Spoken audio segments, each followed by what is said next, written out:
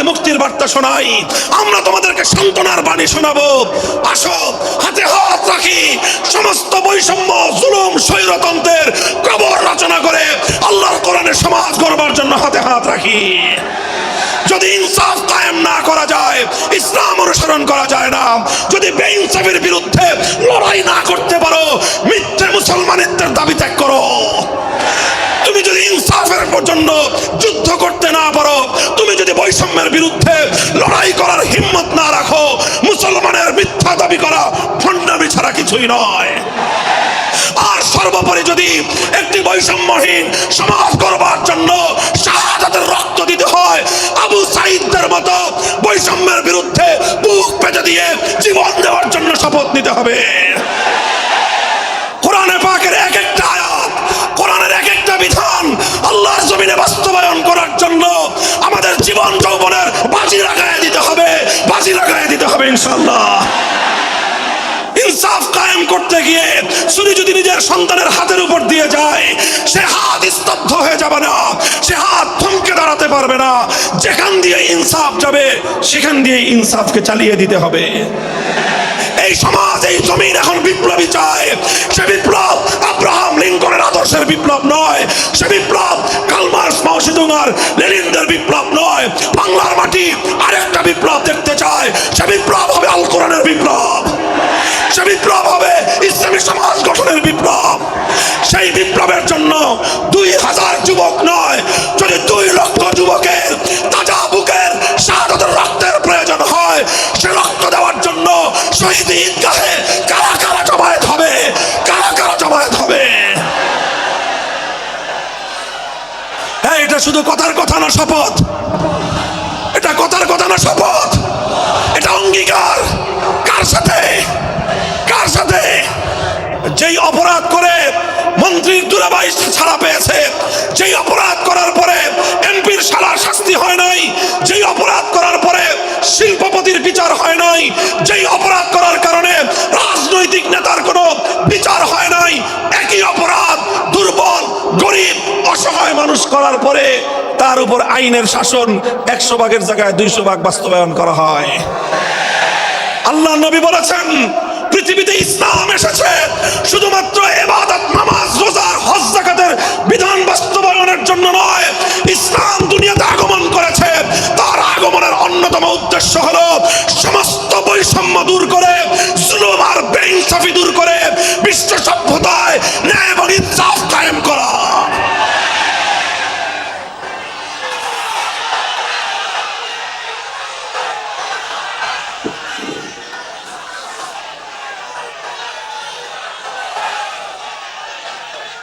মনে রাখবেন, বৈষম্যহীন সমাজ গড়া এটা শুধু বৈষম্য বিরোধী ছাত্র নেতৃবৃন্দের দায়িত্ব নয়। বৈষম্যহীন সমাজ গড়া এটা শুধুমাত্র বৈষম্য বিরোধী ছাত্র নেতৃবৃন্দের দায়িত্ব নয়। বৈষম্যহীন সমাজ গড়া সর্বপ্রথম আল কোরআনের সৈনিকদের দায়িত্ব। বৈষম্যহীন সমাজ গড়া সর্বপ্রথম আল্লাহর নবীর সত্যিকার উম্মতদের দায়িত্ব। ওঠো, দাঁড়াও, হাত মুষ্টিবদ্ধ করো, সমাজ থেকে সকল বৈষম্যের কবর রচনা করবার শপথ নাও। মুহতারাম হাজিরিন, কথাটা খুব জায়গা লক্ষণীয়, শোনার বিষয়। যারা একটা বৈষম্যহীন সমাজ দেখতে চাও, যারা জুলুম এবং অত্যাচারে অতিষ্ঠ হয়ে গিয়েছো, যাদের জীবনকে এই ধরনের অন্যায়, অবিচার, জুলুম, শোষণ, স্বৈরতন্ত্র যাদের অন্তর হৃদয়কে জ্বালিয়ে পুড়িয়ে ছারখার করে দিয়েছে, হে হতাশাগ্রস্ত জাতি, আসো আল কোরআনের কাছে। আমরা তোমাদেরকে মুক্তির বার্তা শোনাই, আমরা তোমাদেরকে সান্ত্বনার বাণী শোনাবো। আসো হাতে হাত রাখি, সমস্ত বৈষম্য, জুলুম, স্বৈরতন্ত্রের কবর রচনা করে আল্লাহর কোরআনের সমাজ গড়বার জন্য হাতে হাত রাখি। দেখেন, আল্লাহ পাক রব্বুল আলামিন যুগে যুগে যত নবী রাসূল প্রেরণ করেছেন, যুগে যুগে যত আসমানি কিতাব আল্লাহর পক্ষ থেকে অবতীর্ণ হয়েছে, কেন হয়েছে? শুধুমাত্র মুসল্লিদের সমাজ গড়বার জন্য নয়, শুধুমাত্র রোজাদার সমাজ গড়ার জন্য নয়। অবশ্যই কোরআন এবং কিতাব নাজিল হয়েছে নামাজের জন্য, অবশ্যই কোরআন এবং কিতাব নাজিল হয়েছে রোজা, হজ, যাকাত সহ আল্লাহ পাকের যাবতীয় বিধান সমাজে বাস্তবায়ন করার জন্য, তবে একমাত্র এটাই উদ্দেশ্য নয়, বরং সমস্ত কিতাব, সমস্ত নবী রাসূল দুনিয়াতে আগমন করার অন্যতম একটা মৌলিক লক্ষ্য। কোরআনে পাকের সূরাতুল হাদীদ থেকে তেলাওয়াত করেন, অর্থ বুঝেন, মর্ম বুঝার চেষ্টা করেন। লাকাদ আরসালনা রুসুলানা বিল বায়িনাতি ওয়াল হুদা ওয়া আনজালনা মাআহুমুল কিতাবা ওয়াল মিজান লিয়াকুমান নাসু বিল কিসত। আল্লাহ কোরআন বলছে যে আমি নবী রাসূল পাঠিয়েছি, আসমান থেকে যুগে যুগে কিতাব নাজিল করেছি।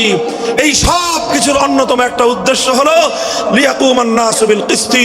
কোরআন নাজিলের উদ্দেশ্য, নবী প্রেরণের উদ্দেশ্য, শরীয়ত প্রেরণের উদ্দেশ্য, ধর্ম প্রেরণের উদ্দেশ্য হলো, অন্যতম উদ্দেশ্য হলো লিয়াকুমান নাসু বিল কিসতি। মানব সমাজ থেকে অন্যায়, অবিচার, জুলুম, শোষণ দূরীভূত করে ন্যায় এবং ইনসাফ কায়েম করা, এটাই হলো ইসলামের অন্যতম মৌলিক লক্ষ্য। যদি ইনসাফ কায়েম না করা যায়, ইসলাম অনুসরণ করা যায় না। যদি বেইনসাফের বিরুদ্ধে লড়াই না করতে পারো, মিথ্যে মুসলমানিত্বের দাবি ত্যাগ করো। তুমি যদি ইনসাফের জন্য যুদ্ধ করতে না পারো, তুমি যদি বৈষম্যের বিরুদ্ধে লড়াই করার হিম্মত না রাখো, মুসলমানের মিথ্যা দাবি করা ভণ্ডামি ছাড়া কিছুই নয়।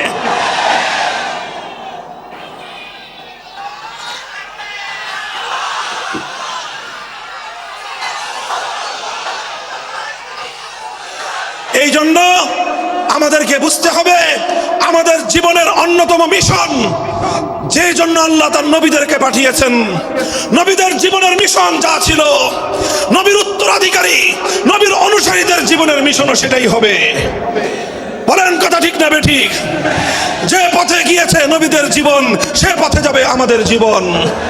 যেটা ছিল নবীদের ভীষণ, সেটাই হবে আমাদের ভীষণ। যদি এটাই হয় সত্য কথা, এটাই যদি হয় শপথ, তবে বৈষম্যহীন সমাজ গড়বার জন্য যা করতে হয় তাই করা আমার আর তোমার জিম্মাদারি। যদি সেজন্য আমাদেরকে ঘাম ঝরাতে হয়, ঘাম ঝরানো আমাদের দায়িত্ব। আর যদি সেজন্য চোখের অশ্রু দিতে হয়, চোখের অশ্রু দেওয়া আমাদের দায়িত্ব।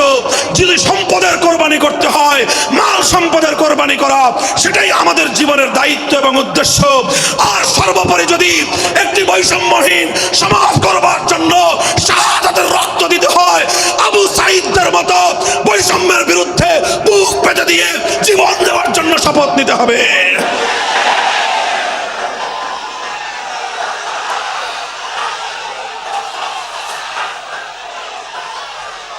এই প্রস্তুত থাকবেন তো ইনশাআল্লাহ? আল্লাহর নবী বললেন এই বৈষম্য চলবে না, এই বৈষম্য জাহিলিয়াত, এই বৈষম্য মূর্খতা। সমাজের মধ্যে নিজের দলের লোক অন্যায় করলে পাগার পার, বিরোধী দলের লোক অন্যায় করলে আইনের শাসনে 100 ভাগের জায়গায় 200 ভাগ। নিজেরা অপরাধ করলে সেই অপরাধীকে ছাড়িয়ে নেওয়ার জন্য সমস্ত আয়োজন।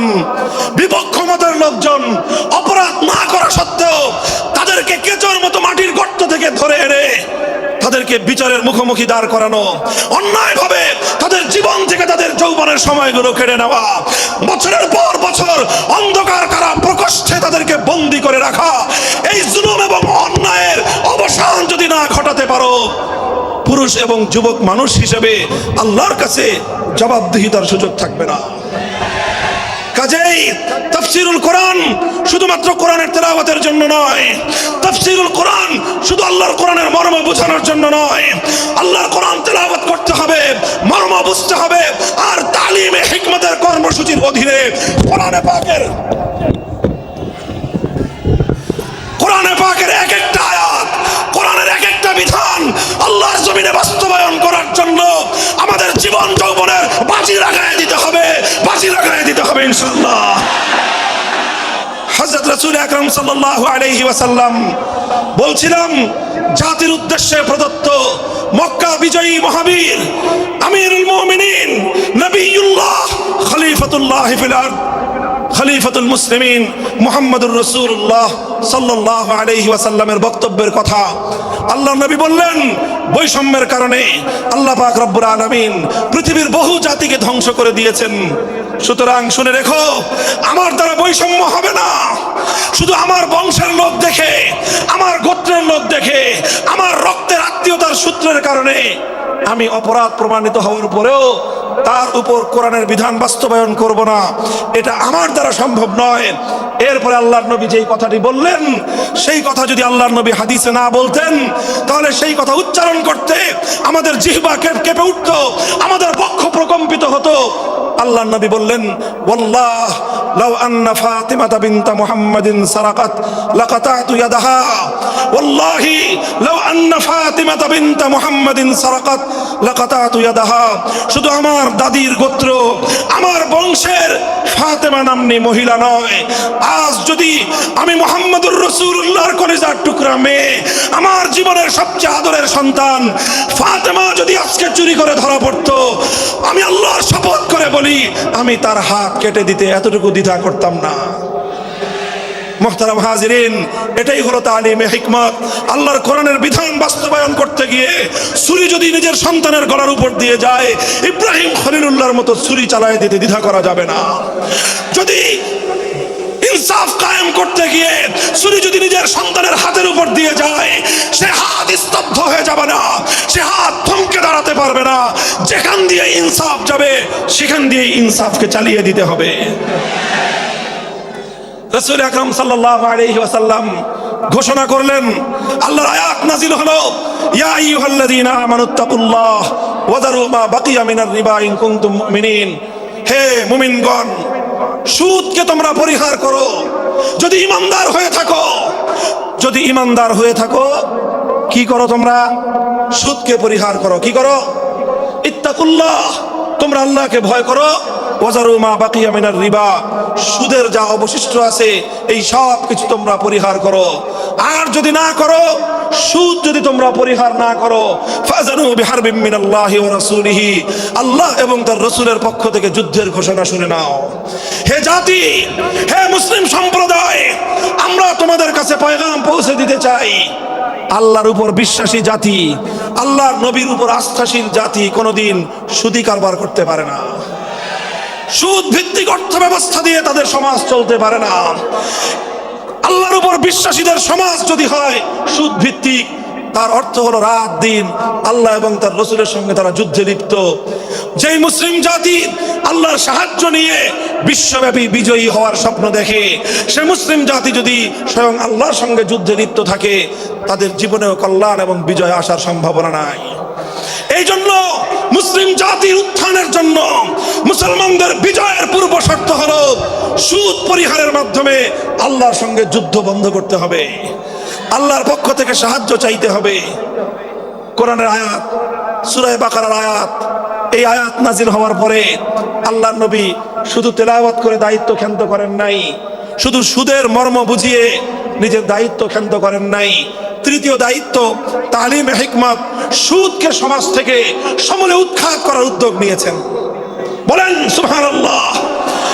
শুধু আলোচনা করে বক্তৃতা দিয়ে নবীর দায়িত্ব শেষ হয় নাই, শুধুমাত্র তাফসীর করে দিয়ে নবীর দায়িত্ব ক্ষান্ত হয় নাই, বরং এক একটা বিধান, আল্লাহর এক একটা আয়াত কিভাবে সমাজে বাস্তবায়ন করা লাগে, করা যায়, নবীজি প্র্যাকটিক্যাল ভাবে তার উদ্যোগ গ্রহণ করেছেন।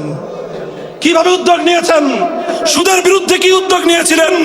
কিতাব উল্টান, হাদিসের কিতাব বুখারী শরীফের হাদিস, নবীজি ঘোষণা দিলেন, আলা ইন্না রিবাল জাহিলিয়াতি মাওদুউন তাহতা কাদামাইয়া।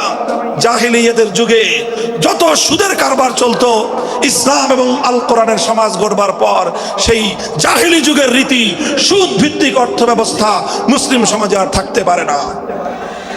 নবীজি বললেন, সুদের কবর রচনা করলাম আমি আমার পায়ের নিচে। আল্লাহ নবী আক্ষরিক অর্থে কথা বললেন, আমি আমার পায়ের নিচে সুদের কবর রচনা করলাম।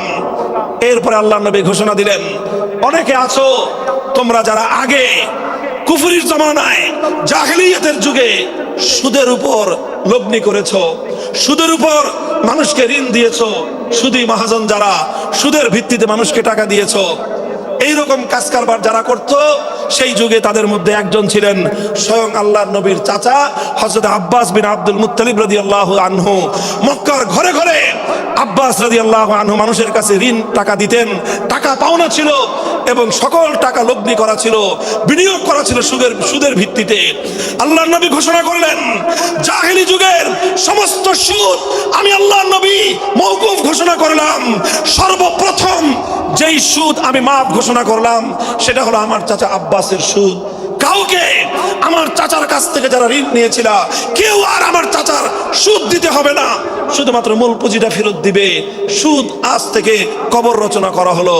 হে মুসলমান, যেই সুদের কবর রচনা করে সেই কবরের উপর ইসলামের বিজয়ের বুনিয়াদ কায়েম হয়েছিল, ইসলামের বিজয়ের কেতন উড়েছিল, অন্যায় বৈষম্যের কবর রচনা করে, সুদ ভিত্তিক অর্থ ব্যবস্থার কবর রচনা করে আজ মুসলমানেরা আবার সেই কবর খুঁড়ে সেখান থেকে জুলুম, অত্যাচার, সুদ ভিত্তিক অর্থ ব্যবস্থাকে কবরের পচা মাল, কবরের মরা পচা করা লাশ মুসলিম সমাজের মধ্যে আবার পুনর্বাসিত করেছে। এজন্যই আজ মুসলমানদের এই অধপতন। যদি মুক্তি চাও, যদি মুক্তি চাও, শুধুমাত্র ইবাদত দিয়ে মুক্তি আসবে না।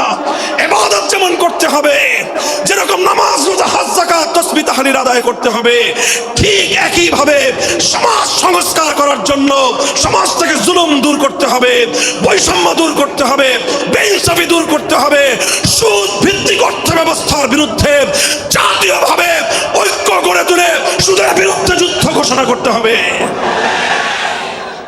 রাজি আছেন তো ইনশাআল্লাহ? আল্লাহ পাক তৌফিক দান করেন। হাত নামান।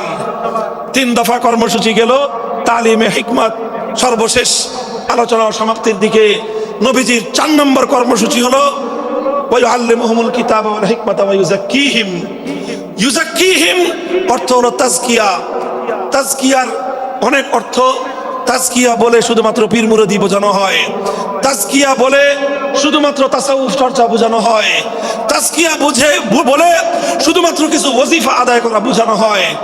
তাজকিয়ার আসল সারমর্ম হলো, একটু লক্ষ্য করে বুঝেন, খুব গভীর এবং তাৎপর্যময় একটা কথা। তাজকিয়ার মূল অর্থ হলো, দেখেন কর্মসূচি ছিল কয়টা? 4টা। 1 নম্বর কর্মসূচি ছিল তেলাওয়াতে কিতাবুল্লাহ, আল্লাহর কিতাবের তেলাওয়াত।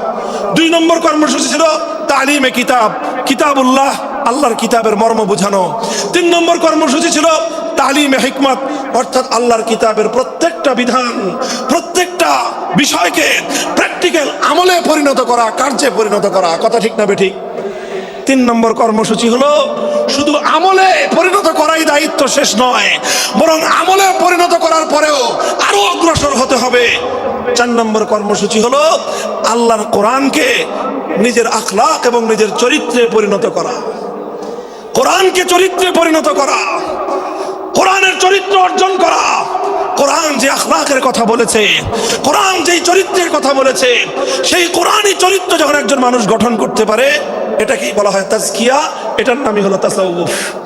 মুহতারাম হাজিরিন, আল্লাহর নবী নিজের জীবনে 100% আল্লাহর কোরআনকে নিজের চরিত্রে পরিণত করতে পেরেছিলেন।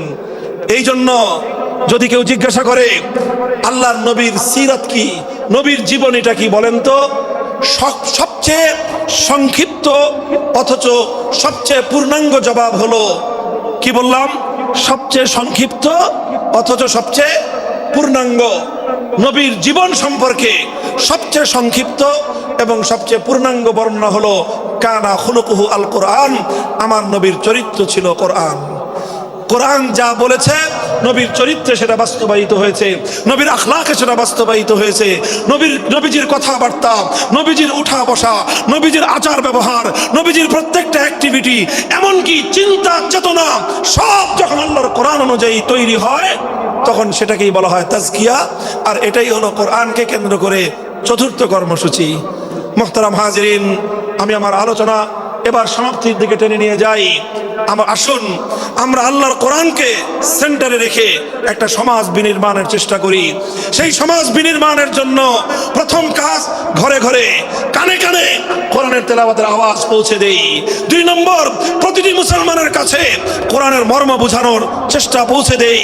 3 নম্বর হলো কোরআনের প্রত্যেক প্রত্যেকটা বিধান সমাজে, ব্যক্তিগত জীবনে, পরিবার জীবনে, সমাজে, রাষ্ট্র জীবনে বাস্তবায়ন করার উদ্যোগ নেই।